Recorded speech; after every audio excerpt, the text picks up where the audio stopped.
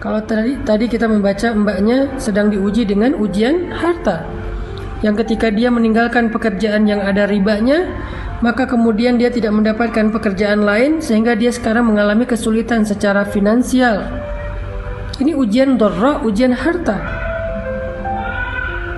Massathumul ba'sa wad-dharra wazulzilu. Mereka ditimpa dengan ujian fisik, ujian harta, dan ujian perasaan. Dan Allah menggambarkan istilah ujian perasaan itu dengan kata-kata zulzilu, diguncang. Rasanya itu kayak tergoncang. Ini adalah fase yang Allah janjikan kepada semua orang yang berhijrah. Gak ada yang enggak, semua ngalami. Ada yang mengalaminya ujian fisik, lelah, sakit.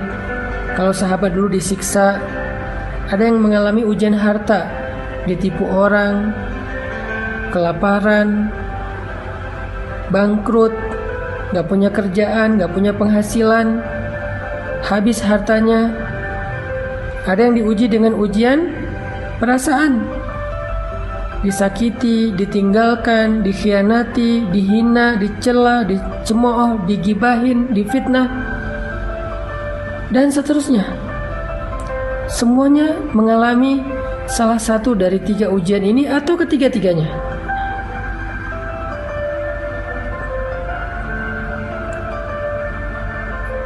Saking beratnya ujian yang dialami oleh Nabi dan para sahabat,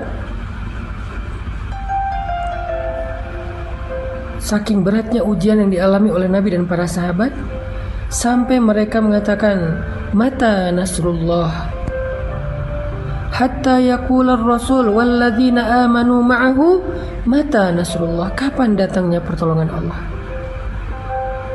Saking beratnya ujian mereka, kapan datangnya pertolongan Allah? Kapan kita keluar dari ujian ini? Kapan semua ini selesai? Kapan semua ini berakhir? Mata nasrullah.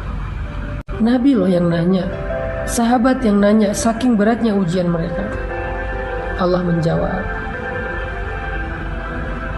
ala inna nasrullahi qarib. Bukankah pertolongan Allah sudah dekat? Bukankah pertolongan Allah sudah dekat?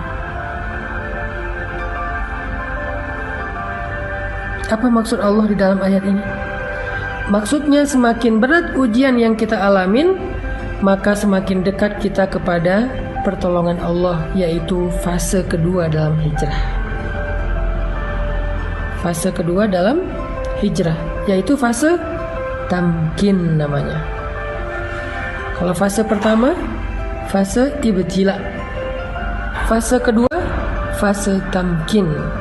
Fase ditolong oleh Allah SWT. Fase ketika Allah membukakan jalan keluar. Wa may yattaqillaha yaj'al lahu makhraja. Siapa yang sabar, yang taat, yang istiqomah, bertakwa kepada Allah, Allah kasih jalan keluar. Tapi sebelum Allah kasih jalan keluar, ada fase yang harus dia lalui, yaitu fase sabar, fase ujian. Itulah takwa. Karena takwa bukan sekedar ibadah, tetapi kesabaran dalam menghadapi ujian. Itulah fase yang akan kita lalui, atau yang sedang kita lalui buat sebagian yang baru berhijrah. Itu semuanya ngalamin.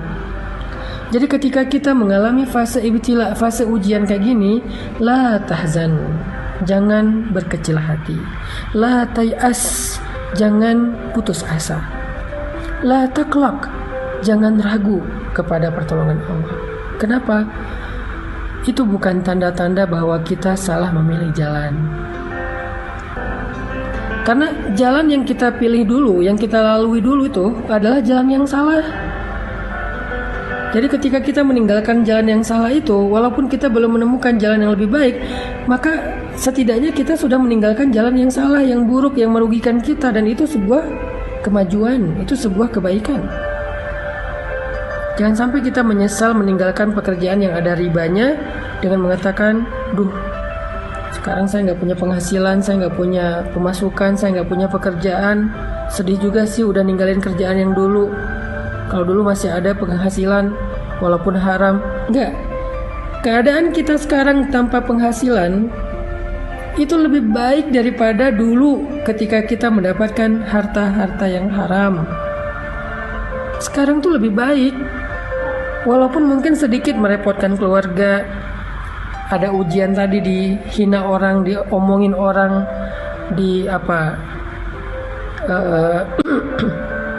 dikritik orang, dicela orang,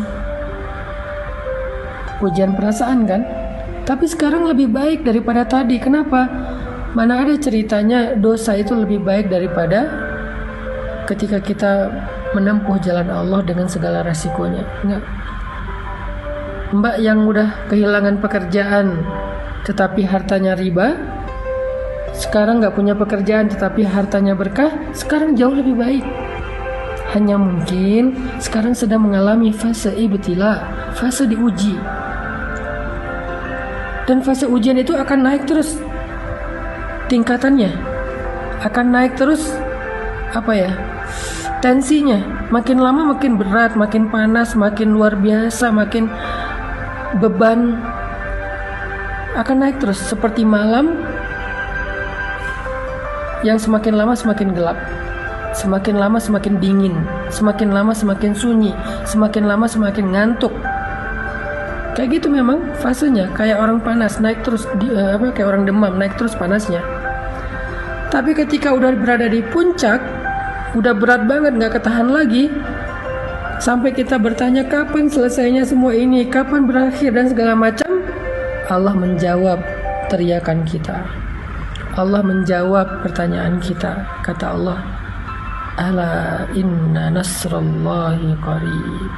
Sungguh pertolongan Allah udah dekat, wahai hambaku. Jangan berputus asa, jangan menyerah dulu. Pertolongan Allah udah dekat. Sabar dikit aja lagi. Karena kalau kamu menyerah sekarang, maka sia-sia semua kesabaranmu selama ini. Karena udah hampir sampai. Kalau balik arah lagi, jauh lagi tuh. Udah tempuh aja perjalanan ini. Sabar dikit, gak punya penghasilan sekarang. Sabar dikit kalau kita jadi single, jomblo sendiri, gak ada siapa-siapa. Di usia yang segini belum dapat jodoh. Dikit lagi. La taqlaq, jangan ragu sama janji Allah. Innahu la yukhliful mi'ad. Allah gak pernah ingkar janji. Masih ingat kisah ibu Musa yang menghanyutkan bayinya ke sungai Nil? Apakah Allah ingkar janji? Masih ingat kisah perang Badar, para sahabat yang ditolong oleh para malaikat? Apakah Allah ingkar janji? Masih ingat cerita Musa hijrah ke Madian kemarin? Apakah Allah ingkar janji? Masih ingat cerita-cerita yang kita bahas di live berikutnya, kisah-kisah yang ada di dalam Al-Quran sebagai bukti? Apakah Allah ingkar janji? Kalla, sama sekali enggak. Jadi jangan ragu, jangan sampai kita suuzon sama Allah, jangan sampai kita ngerasa bahwa kita salah pilih jalan, lalu kita menyesal sudah memilih jalan Allah ini, jalan hijrah. La taqlaq, jangan meragukan Allah. La tahzan, jangan berkecil hati. La tay'as, jangan berputus asa. Ala inna nasrallahi qarib. Pertolongan Allah sebentar lagi akan datang. Udah on the way. Pertolongan Allah udah on the way. Bentar lagi sampai. Jangan sampai kita cancel ordernya. Padahal kurirnya udah hampir sampai tuh di depan rumah kita. Dikit lagi. Kenapa Allah tunggu lama banget? Kenapa Allah kasih saya waktu sampai kayak gini? Fala ya'lamannallahu alladhina shadaqu wa la ya'lamannal kadhibin. Allah pengen lihat siapa dari kita yang layak mendapatkan betapa istimewanya pertolongan Allah. Siapa dari kita yang layak mendapatkan rahmat Allah? Siapa dari kita yang layak mendapatkan perhatian Allah? Yang layak mendapatkan cinta Allah? Dan itu enggak mudah. Cinta Allah itu terlalu istimewa. Cinta makhluk aja kita berjuang, masa cinta Allah dapatnya gratisan?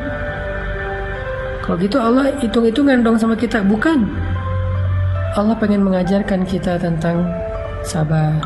Allah pengen mendewasakan kita. Allah pengen melatih kebijaksanaan kita. Seandainya Allah berikan surga itu secara gratis tanpa beramal, maka nggak akan ada bedanya antara orang yang baik dengan orang yang jahat. Berarti Allah gak adil dong, memperlakukan sama antara orang yang baik dengan orang yang jahat. Orang menyakiti orang lain tetap masuk surga, pembunuh tetap masuk surga, yang mengambil hak orang lain tetap masuk surga, yang zalim, yang kejam tetap masuk surga. Kan gak adil. Kebaikan Allah itu adalah ketika Allah bersikap adil kepada hambanya, tetapi Allah selalu membuka pintu maaf, taubat, dan ampunan bagi mereka yang mau memperbaiki diri.